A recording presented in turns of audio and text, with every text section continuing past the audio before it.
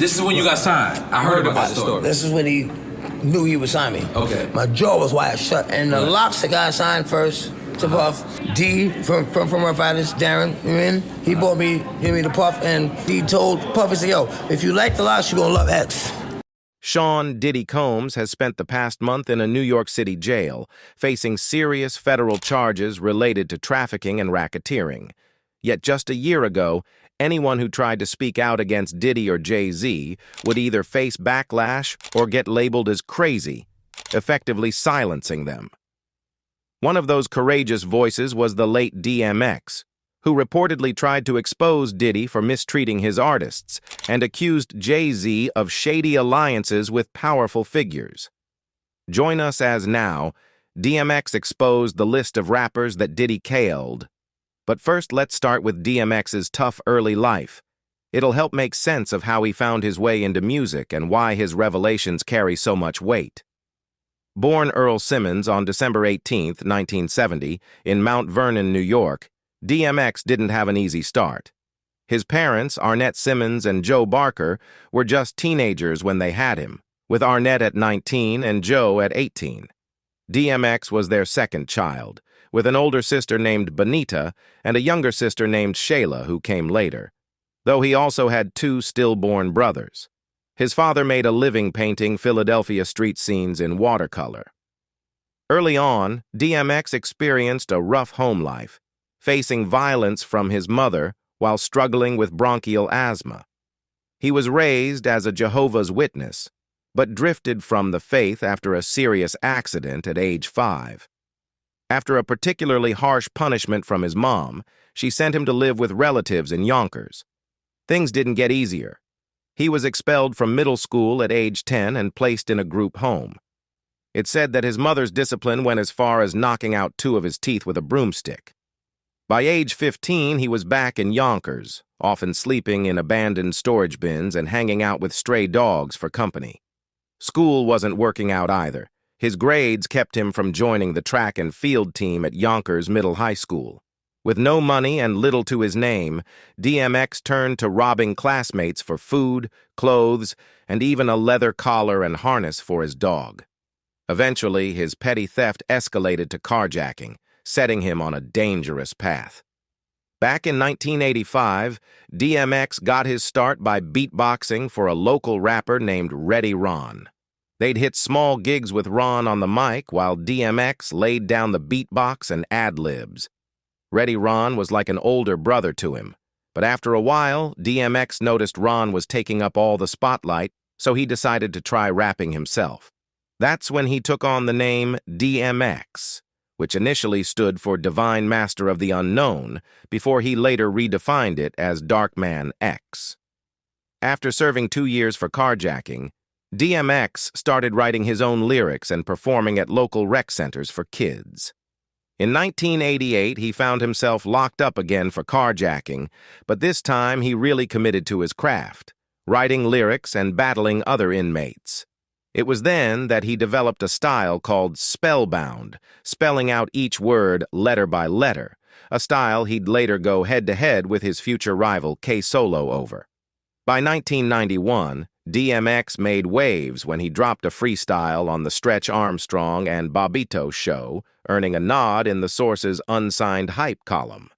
He kept hustling with mixtapes, and by 1992, he was signed to the then-unknown Rough Riders Entertainment. Columbia Records noticed his potential and signed him to Chaos Records through Rough House. But when his debut single, Born Loser, didn't take off as expected, Rough House dropped him, leaving DMX to go it alone. In early 1994, Death Row Records considered signing DMX in a joint venture with Rough Riders, though the deal never went through. It's been said that before DMX eventually signed with Def Jam, just about everyone in the industry wanted to sign him. The whole scene knew he was something special. While Tupac was filming the iconic Hoops and Streets movie Above the Rim, he was still signed with Interscope Records. During this time, he crossed paths with Suge Knight in New York, well before they linked up for the Death Row era. Suge had already paid Pac $200,000 to record a track for the Murder Was the Case soundtrack, which, although never released in its original form, was later reworked by Tupac and Snoop. Suge had big plans to build a hip-hop powerhouse and even sat down with Irv Gotti and the Rough Riders to bring DMX, Swizz Beatz, and their crew over to Death Row Records. The Rough Riders founders later revealed that although they got close to a deal, the terms didn't look promising. They worried that their artists would end up focusing on West Coast projects instead of repping their Yonkers roots. Swizz Beatz even shared how Suge tried to pressure them into the deal. In a snapshot from '94, you can see Pac and Suge with the Rough Riders, though DMX is absent. Death Row reportedly made another attempt in '95, flying the Rough Riders out to L.A., with plans for Pac to chat with DMX about East Coast beef. If that meeting had gone down, it could have changed the course of the '90s hip-hop scene, possibly turning Death Row into an even bigger powerhouse. Suge's vision was already gearing up to launch Death Row East in '97, with Eric B. as president and artists like Craig Mack and Boot Camp Click as the first signings. Here's the twist. Tupac never made it downstairs for that meetup. He got caught up in other conversations, likely blocking what could have been a game-changing collaboration. In the years that followed, DMX threw some subtle shade at Pac in freestyles and unreleased tracks around '96. Some of those same lyrics later showed up in DMX's '98 hit, Get At Me Dog, though he swapped out the Tupac reference. So, was DMX aiming to make a statement, or was he feeling a little overlooked because Pac never made it down to the hotel lobby? Either way, the Rough Riders might have sidestepped some drama, but imagine the firepower of DMX, Irv Gotti, Swizz Beatz, and Pac all together under Death Row. Now, let's look at DMX's journey through the late '90s and early 2000s. After hustling hard in the industry, DMX's close friend Irv Gotti got a breakthrough as president of A&R at Def Jam, winning over then-President Leor Cohen. This led to DMX signing with Def Jam in May 1997. By '98, things were heating up. He was locked in the studio from April '97 to January '98, putting together tracks for his debut album. Meanwhile, his features on Mate's 24 Hours to Live, The Lox's Money, Power, and Respect, and LL Cool J's 4, 3, 2, 1 were stirring up major anticipation for what was next. In February 1998, DMX dropped his first major label single, Get At Me Dog, which quickly went gold. Then in May, his debut album, It's Dark and Hell Is Hot, hit the scene, featuring the smash Rough Riders anthem. The album took off, debuting at #1 on the Billboard 200 and eventually selling over 5 million copies. DMX even made history, performing for a massive crowd of over 300,000 people at Woodstock, with his Rough Riders anthem performance going down as iconic. Later that year, in December '98, DMX came back with Flesh of My Flesh, Blood of My Blood, which also debuted at #1 and went multi-platinum. He was the only rapper at that time to have his first 2 albums debut at #1 on the Billboard 200 in the same year, a record that stood for a while. Then, on December 21st, 1999, DMX released his 3rd album. And then there was X, which also debuted at #1. The hit single, Party Up, Up in Here, climbed the R&B charts and earned him a Grammy nomination, while the album itself went 6 times platinum and was nominated for Best Rap Album at the 2001 Grammy Awards. In 2000, DMX made a cameo in Sum 41's Makes No Difference music video. Later that year, he joined the Anger Management Tour, performing alongside hip-hop and nu metal legends like Limp Bizkit, Godsmack, and Snoop Dogg. After sorting out some legal issues, DMX returned to the studio for his 4th album, The Great Depression, which dropped on October 23, 2001. It became his 4th consecutive album to debut at #1 on the Billboard 200 and included singles like Who We Be, We Right Here, and I Miss You. Though it went triple platinum, it didn't quite hit the same heights as his previous records. In September 2003, DMX released Grand Champ, his fifth album, and once again, it debuted at #1 on the Billboard 200. With hits like Where the Hood At and Get It on the Floor, DMX announced his retirement after its release. Then, in January 2006, after some disputes with Def Jam, he signed with Columbia Records and released Year of the Dog, again on August 1st, 2006. The album debuted at #2 on the Billboard 200 and featured singles like Lord Give Me a Sign and We in Here. In June 2008, Def Jam released The Definition of X, The Pick of the Litter, a greatest hits album featuring DMX's standout tracks. 3 years later, in 2011, they followed up with another compilation, The Best of DMX. During this period, DMX explored preaching and even worked on a gospel music album. Before heading to jail, he made a memorable appearance at the BET Hip Hop Awards on October 11, 2011, where he announced he was working on his seventh album, Undisputed. Although there were some delays, the album finally dropped on September 11, 2012, featuring production from Swizz Beatz and J.R. Rotem. Swizz Beatz also revealed that Kanye West and Dr. Dre were involved in the production of DMX's eighth album. In 2016, his iconic track, X Gon' Give It To You, was featured in the film Deadpool. On June 28th of that year, DMX released a new track called Blood Red, and in January 2017, he dropped another song titled Bane Is Back, produced by Swizz Beatz. Then, on September 20th, 2019, DMX made a significant comeback to Def Jam Recordings by signing a new deal. His eighth and final studio album, Exodus, was released posthumously on May 28, 2021, through Def Jam. Let's take a closer look at the short-lived but legendary hip-hop group Murder Inc., which featured DMX, Jay-Z, and Ja Rule. Irv Gotti founded Murder Inc. in 1995, bringing together these East Coast heavyweights. They first made their mark with MC Goon's Time to Build, and later teamed up for Murdergram on the Streets Is Watching soundtrack. Despite their undeniable talent, the group's time together was cut short by the intense feud between Jay-Z and DMX, which was partly ignited by their epic rap battle in the Bronx. The battle was intense and went on for hours, with even guns being pulled. It was a high-stakes situation, but in true hip-hop fashion, nothing violent happened. Everyone involved had a mutual respect for one another. It was declared a tie.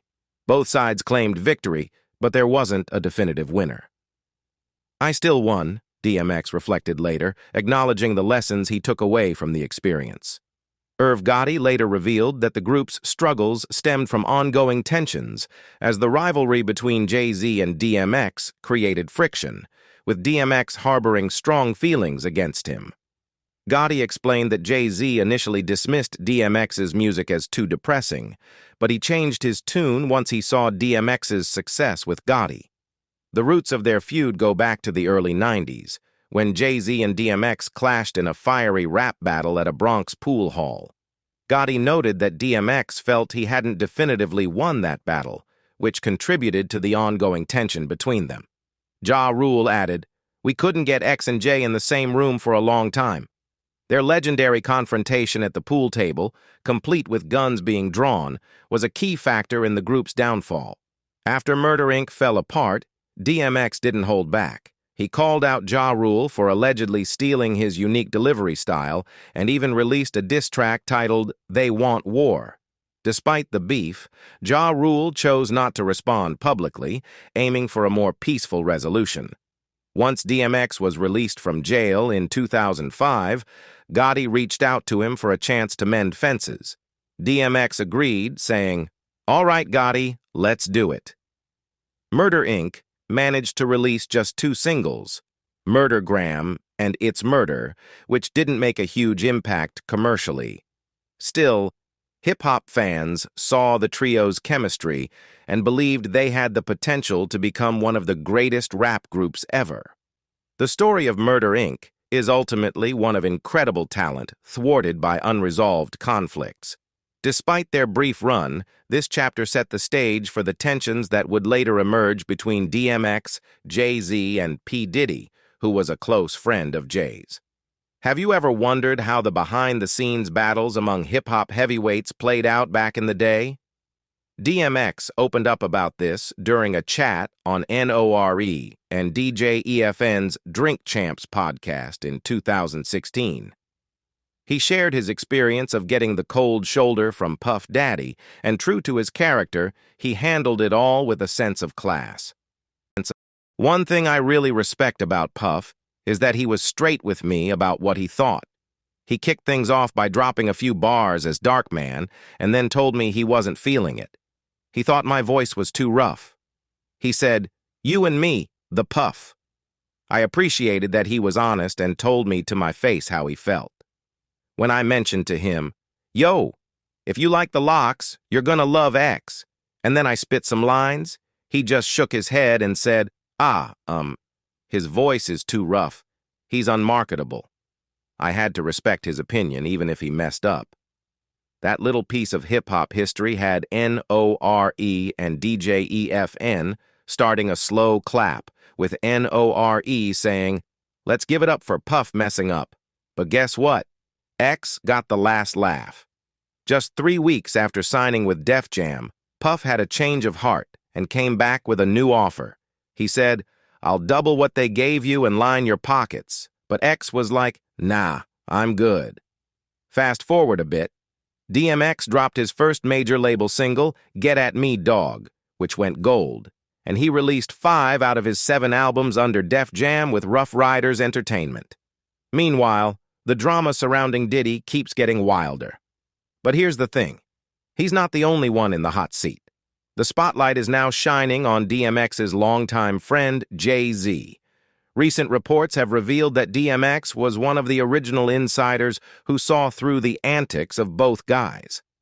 In a recent interview, DMX claimed that Diddy was messing around with his artists. Some people think DMX used the term graping as a metaphor for Diddy not paying his artists enough, while others believe he was serious about what he said. It's clear that DMX had a problem with Diddy, and rumors suggest he was aware of some shady dealings happening at Bad Boy. One fan even pointed out that DMX commented on how Diddy allegedly mistreated his artists, especially Biggie. Initially, people speculated that DMX was hinting that Diddy was pocketing all of Biggie's money. Given the recent allegations against Diddy, though, who knows what's true? When it comes to DMX and Jay-Z, their history is complicated. Even though Jay publicly paid his respects when X passed away, some believe that DMX never fully trusted him. Allegedly, DMX felt Jay was a bit shady and didn't want anyone else rising to prominence. X even claimed that Jay interfered with his 6th album out of fear of competition. However, Jay has never confirmed that. After DMX's death in April 2021, Jay appeared on LeBron James's show, The Shop, where LeBron asked him about DMX's legacy. Jay mentioned boycotting the Grammys in '99 because DMX wasn't nominated, highlighting the love they shared despite their rivalry. Interestingly, Jay didn't touch on his alleged role in the competitive dynamic or how he might have hindered X's success. In 2004, when Jay-Z took over at Def Jam Records, DMX felt things started to shift. Despite having a solid track record with the label and dropping 5 successful albums between '98 and '03, DMX claimed that Jay tried to sabotage his 6th studio album, Year of the Dog. This tension adds another layer to the already complicated history of hip-hop, especially with the drama involving DMX, Diddy, and Jay-Z. DMX explained, "I had a crazy track record at Def Jam. Everything was going well until I started working on my 6th album. When Jay first got the job, he called me up saying, 'Yo, dog, I'm just running the building. Are you good? Finish the album and shoot the video.' But then he went on vacation, and I'm thinking, you don't know? How do you listen to an entire album, pick a single, shoot a video, and still not know what's going on?" It felt like he was trying to eliminate the competition. You know, At first, you announced your retirement, then you tried to kick me off the label, and now you're back to rapping? That's when DMX really saw through Jay's game. It became clear that Jay was all about his own agenda, not really caring about anyone else unless it fit into his plans. So, DMX decided to leave Def Jam and signed with Columbia Records instead. But there's more to DMX's distrust of Jay, and it all ties back to Jay's connections with the shady powers that be in the industry who really pull the strings. Both Jay-Z and DMX made significant marks on hip-hop culture and the music scene, but they had different approaches to business. While Jay often played the game, DMX always kept it real, openly criticizing how label owners hold artists down. He wasn't about to bend to their will, figuratively or literally. From the very beginning, Jay-Z has been making moves in the industry, and over the years, accusations have surfaced about him abandoning close associates. One of those associates is Dame Dash, co-founder of Rockefeller. Dame went public, claiming that Jay had been cozying up to the bigwigs in the music business and turned against him. In 2021, when Dame tried to sell his shares in Rockefeller, Jay offered him a mere $1.5 million, which Dame felt was a slap in the face. So, in retaliation, he and his crew attempted to auction off Jay's debut album, Reasonable Doubt, as an NFT. This led to Rockefeller filing a lawsuit, but Dame fired back, insisting he wasn't trying to sell a piece of that project. He saw right through the corporate games and how they were trying to twist the narrative. Even after wrapping up the lawsuit in 2022, Dame kept speaking out, calling Jay out for doing him dirty over that cash. He suggested that the corporate big shots in the music industry got into Jay's ear and convinced him to betray their partnership. It's the classic playbook. One person sells out the other. Divide and conquer. But there's more to the story. Dame Dash started naming names, and one of the first he called out was Lyor Cohen, a major player in the music industry and a close friend of Jay-Z's. Jay has always considered Lyor a mentor, and their bond goes way back. Rumor has it that Lyor played a similar role for Jay that Clive Davis did for Diddy, if you know what I mean. Lyor Cohen has found himself wrapped up in plenty of drama over the years. Dame publicly accused him of using that divide-and-conquer strategy to turn black artists and moguls against each other. What's wild is that when Lyor appeared on The Breakfast Club in 2018, he spoke about the opioid crisis and expressed his sadness over DMX's struggles with substance abuse. But when Charlemagne asked him why he continues to support artists who promote drug culture despite knowing the damage it causes, Lyor bluntly replied, "That's just how the business rolls." It really highlights the contradictions in how the industry handles serious issues. This whole situation serves as a powerful lesson about the kind of influence people like Lyor hold in the music industry, showing just how much power they really have. When Lyor's comments about Dame went viral, Dame clapped back on Instagram, pointing out that Lyor had just validated his argument. He wrote, "Thanks for this, Lyor Cohen, for proving my point in classic culture vulture fashion. They profit off us and then try to erase our real history, acting like the true pioneers never existed. He pays his bills at our expense." Dame raised an important question. If Lyor is so influential, why can't he sell any rock music? And why isn't he more aligned with his own culture? He called out figures like Lyor, saying, "Stop pretending. All my people are laughing at you now." Now, you might be wondering how this ties back to DMX. Allegedly, Lyor was the one who encouraged Jay-Z to interfere with DMX's 6th album. And it gets even crazier. When DMX passed away, Lyor made some disrespectful remarks about him during his own funeral. DMX's farewell took place in Brooklyn on April 25, 2021, drawing speeches from numerous industry heavyweights. Lyor was expected to attend, but opted to send a video message instead. While he started off by praising DMX as a good dude, he unexpectedly referred to him as a gremlin, which raised eyebrows. As we reflect on these events, it's clear that we often win battles we don't even have to fight, because God is looking out for us. This moment is our time to experience the abundant blessings that come our way. In conclusion, the intertwined narratives of DMX, Jay-Z, and other key players in the music industry paint a complex picture of power, influence, and rivalry. From the rise and fall of Murder Inc. to the behind-the-scenes dealings at major record labels, it's obvious that the music business isn't just about making hits. It's a world where egos clash, alliances shift, and loyalty is constantly tested. Dame Dash's allegations against Jay-Z and the insights into Leor Cohen's influence on album releases reveal the murky side of the industry. Now, let's delve into the latest developments surrounding the ongoing case involving music mogul Sean Diddy Combs. The 54-year-old artist remains confined at the Metropolitan Detention Center in Brooklyn as he awaits trial on a series of serious federal charges.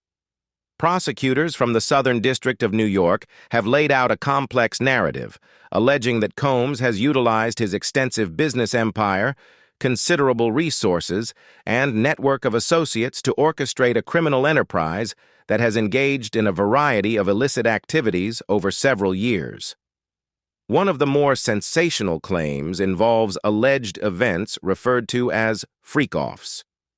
Prosecutors contend that during these elaborate gatherings, Combs brought in male sex workers, compelling participants, through various means, including coercion, threats, and drugging, to engage in these performances, which were secretly filmed. This portrayal paints a troubling picture of manipulation and exploitation, making the case all the more intricate and sensitive. As for the trial timeline, a recent status hearing brought some clarity. Prosecutors, defense attorneys, and the presiding judge, the Honorable Arun Subaran, tentatively agreed on a trial date of May 5, 2025.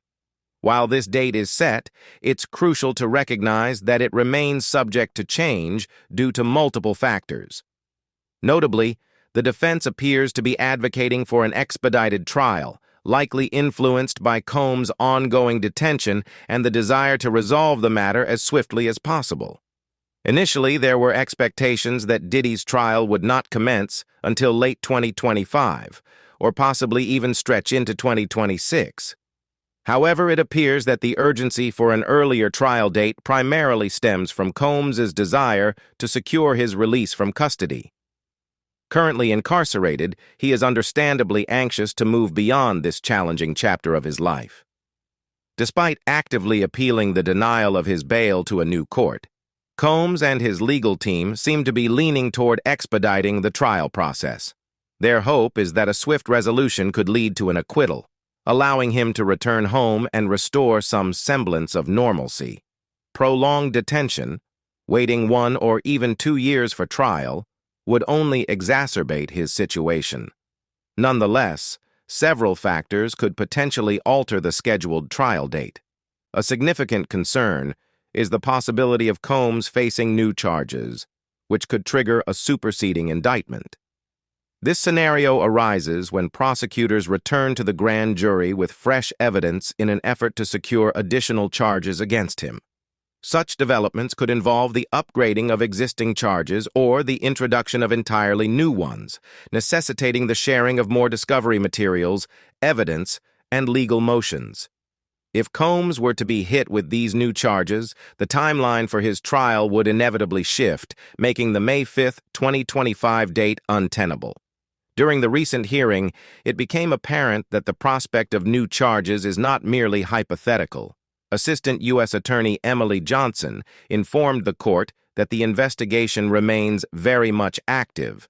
There is a genuine possibility that a superseding indictment could be forthcoming. The rationale behind this potential development lies in the ongoing analysis of both digital and physical evidence gathered thus far, along with conversations with additional witnesses, some of whom may be new to the case. If the prosecution believes they have established probable cause that Combs has committed further offenses, this could significantly complicate his legal situation and extend the timeline even further. During the hearing, it was revealed that prosecutors estimate their case will take about 3 weeks to present. On the other hand, The defense claims they only need 1 week. If new charges come up, that timeline could shift. However, this division suggests that the defense is likely focusing heavily on cross-examining the government's witnesses instead of bringing in many of their own. One possibility is that the defense might call the alleged male sex workers to testify, arguing that the so-called freak-offs were consensual experiences, with no one feeling pressured, threatened, or forced to participate. The defense seems set on emphasizing that everything was consensual, particularly in light of the accusations made by victim 1 in the indictment. While this person isn't named, many suspect it to be Cassandra Ventura, Combs' ex-girlfriend, who has previously claimed in a separate lawsuit. There was another significant update discussed during the hearing regarding the defense's claim of government misconduct. In a recent filing, Combs' defense team accused the government, particularly the Department of Homeland Security, of leaking information and making inappropriate comments to the media. They are now requesting an evidentiary hearing to investigate these claims. Specifically, the defense alleges that agents from the Department of Homeland Security leaked the notorious 2016 videotape that appears to show Combs assaulting Cassandra Ventura in a hotel hallway. This tape was published by CNN in May 2024, shortly after Homeland Security conducted raids on his properties prior to his arrest. The defense is asserting that the leak originated from them. So what do you think? Comment down below to let us know. Thanks for joining us. I'll see you in the next video. Bye for now.